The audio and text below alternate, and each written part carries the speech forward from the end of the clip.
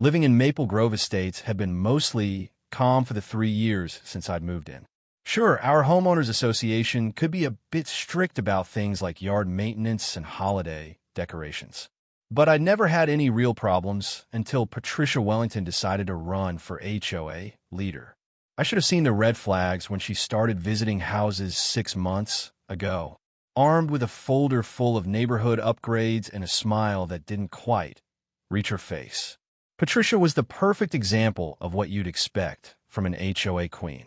Perfectly styled golden hair, designer casual wear, and an attitude that could probably be felt from space.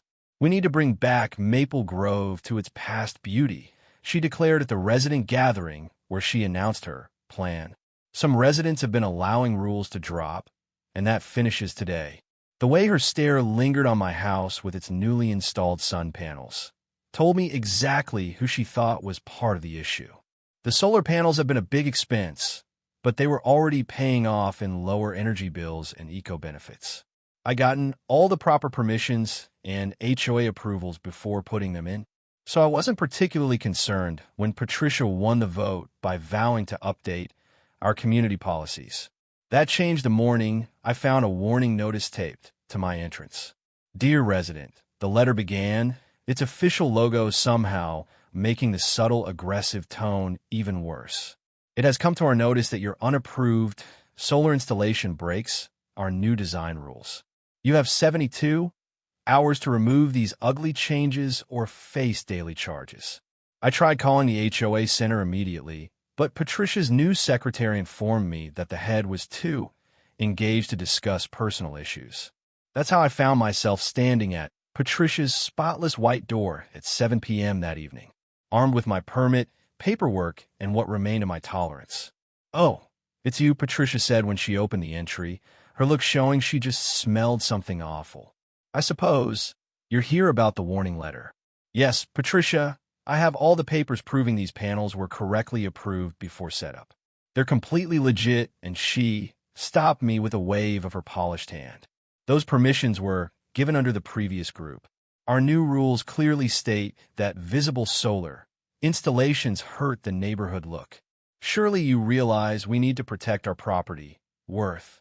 "The panels are staying," I stated firmly. "They were officially allowed, and you can't take back approval. If you go on with these fines, I'll have no option but to fight them legally." Patricia's gaze tightened. "Well, if that's your stand, I suppose we'll have to settle this formally. Don't say I didn't attempt to be fair." She shut the door in my face, leaving me boiling on her perfect doorstep. I spent the next few days documenting everything and consulting with a lawyer friend who specialized in property law. He confirmed what I already knew. Patricia's attempts to force removal of previously approved installations wouldn't hold up legally. I thought that would be the end of it. I was wrong. The first power outage happened on a Tuesday afternoon while I was working from home. At first, I assumed it was just a random fluctuation, but when I went outside to check my electrical panel, I found something that made my blood boil. The lines connecting my solar system to the power grid had been deliberately cut. As I stood there staring at the cleanly severed cables, my neighbor Jeff came running over. "Hey, is your power out too?" The whole street just went dark. That's when I realized something Patricia hadn't considered in her rush to handle things officially. My solar setup was connected to the neighborhood grid through a sophisticated net metering system. By cutting my lines, she hadn't just disabled my panels. She'd created a surge that knocked out power to the entire block. I pulled out my phone and dialed 911, watching as more neighbors emerged from their homes, all wondering why their electricity had suddenly failed. As I waited for the police to arrive, I couldn't help but smile slightly. Patricia had just made a massive mistake, and the best part was I had security cameras that had caught the whole thing. But this was just the beginning. What happened next would turn our quiet suburban community into a battleground of epic proportions, with Patricia's reign as HOA president hanging in the balance. And trust me, you'll want to hear about the moment she realized exactly how badly she'd miscalculated. The responding police officers weren't just concerned about vandalism. They were alarmed by the potential public safety implications. Officer Martinez spent a solid hour taking statements and photographs, paying particular attention to my security footage, showing Patricia in her designer yoga pants and tennis shoes, approaching my electrical panel with what appear to be industrial wire cutters. "This is actually a pretty serious situation," Officer Martinez explained as he finished his report. "Tampering with electrical infrastructure isn't just vandalism. It's a public safety issue that could have caused fires or other hazards. Plus, since it affected multiple households, the charges could be significantly more severe." I watched as utility trucks began arriving, their flashing lights illuminating the growing crowd of neighbors gathered on the sidewalk. Patricia was notably absent from the community discussion, but I could see her silhouette pacing behind her living room curtains. The first battle had been fought, but the war was far from over, and Patricia had no idea what was coming next. Part 2 opened with a refreshing blast of air, conditioning as I walked into the police station the next morning. I'd barely slept, spending most of the night helping neighbors document damaged electronics and gathering statements about the impact of Patricia's impulsive action. The detective assigned to the case, a no-nonsense woman named Detective Chin, was already waiting for me. "We've reviewed your security footage," she began, sliding a cup of coffee across her desk, along with statement from the utility company about the extent of the damage. "Mrs. Wellington's actions didn't just affect your home. She created a cascade failure that impacted critical infrastructure for the entire subdivision." I nodded, pulling out my folder of documentation. "I've got statements from 23 neighbors so far. Mrs. Peterson across the street had to throw out everything in her refrigerator. The Jacobsons lost their entire fish tank when the pumps failed, and the Smiths' basement flooded because their sump pump stopped working." Detective Chin's eyebrows rose as she flipped through the papers. "This is very thorough.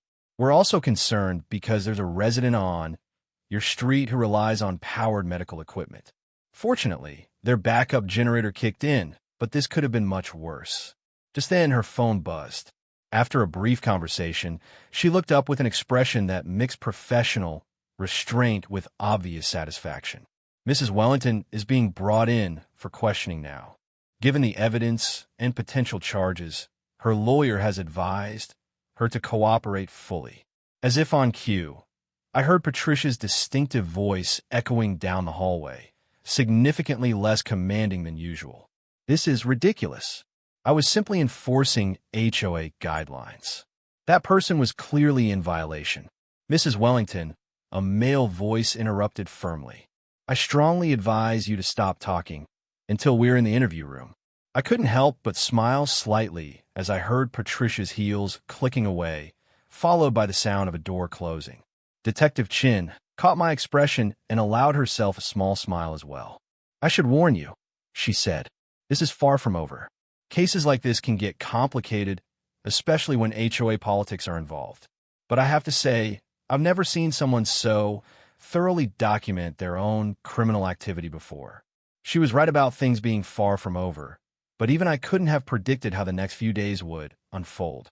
Because while Patricia was being questioned, her actions had set in motion a chain of events that would expose far more than just her vendetta against my solar panels. The power outage had forced many neighbors to miss work or lose valuable equipment, and they weren't happy. As news spread about the cause, people began digging into other recent HOA decisions. What they found would shock our entire community and lead to one of the most dramatic homeowners association meetings in Maple Grove history. But first, we had to deal with the immediate aftermath of Patricia's actions, including a revelation about her past that would leave everyone questioning how she'd ever been elected in the first place. Part 3 brought the kind of morning television news crews dream about. Clear skies, perfect lighting, and a story too good to ignore. The local station had sent a reporter after hearing about an HOA president being arrested for vandalizing critical infrastructure. But they got so much more than they bargained for. Sources tell us that Mrs. Wellington's actions may have violated federal law, the reporter announced, standing in front of my solar panels. Additionally, documents have emerged showing this isn't the first time she's been involved in homeowners association controversy. Those documents have been quite a find. It turned out Patricia had been forced to resign from another HOA board 3 years ago after attempting to implement similarly aggressive policies. She conveniently left that detail off her campaign materials for our community. The emergency HOA meeting that evening was held in the community center's largest room, and it still wasn't big enough. Residents were packed in, shoulder to shoulder, many holding printouts of their damage claims. Patricia sat at the front, her usually perfect hair slightly disheveled, her lawyer whispering urgently in her ear. Before we begin, our HOA vice president announced, I want to acknowledge the severity of recent events. The board has received dozens of complaints, and we're taking them very seriously. What followed was 3 hours of controlled chaos. Neighbors detailed thousands of dollars in damages. The resident with medical equipment spoke about their terror when the power failed. Environmental experts explained how Patricia's actions had not only been illegal, but had actually cost the community money by disrupting our solar contribution to the grid. Patricia's attempts to defend herself only made things worse. I was just trying to maintain our community standards, she protested. Those panels are an eyesore. An eyesore that saved us money, Mr. Johnson, our resident accountant, interrupted. I've reviewed the numbers. That solar setup helped reduce our community's overall utility costs. By damaging it, you actually decreased our property values.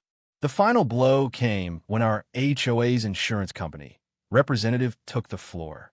Due to the intentional nature of Mrs. Wellington's actions, our policy won't cover the damages. She's personally liable for all repairs and resident claims. Her face went from red to white as the implications sank in. Her lawyer was already gathering his papers, probably calculating how to minimize the damage to both her bank account and potential criminal charges. The vote to remove her from the board was unanimous. As she fled the meeting in tears, I couldn't help but think about her campaign promises to restore our community's glory. In a way, she had, just not how she'd intended. The aftermath brought surprising beneficial changes. Our HOA adopted new rules promoting renewable energy solutions. 3 other homeowners installed solar systems, and the community even started a project to help elderly residents maintain their houses, preventing future disputes over upkeep matters. As for Patricia, she put her residence on the marketplace 2 weeks later. I heard she's moving to a locality without an association, probably for the better. The last time I noticed her, she was managing the moving vehicle, carefully avoiding glancing at anyone on the road. My solar units are still here, working flawlessly after being fixed. Sometimes, when the light hits them just perfectly, I swear they sparkle a little brighter, as if they realize they've triumphed. And every time I receive my lowered energy invoice, I think about sending Patricia a duplicate, but I don't require to. Living successfully and eco-friendly is the best payback.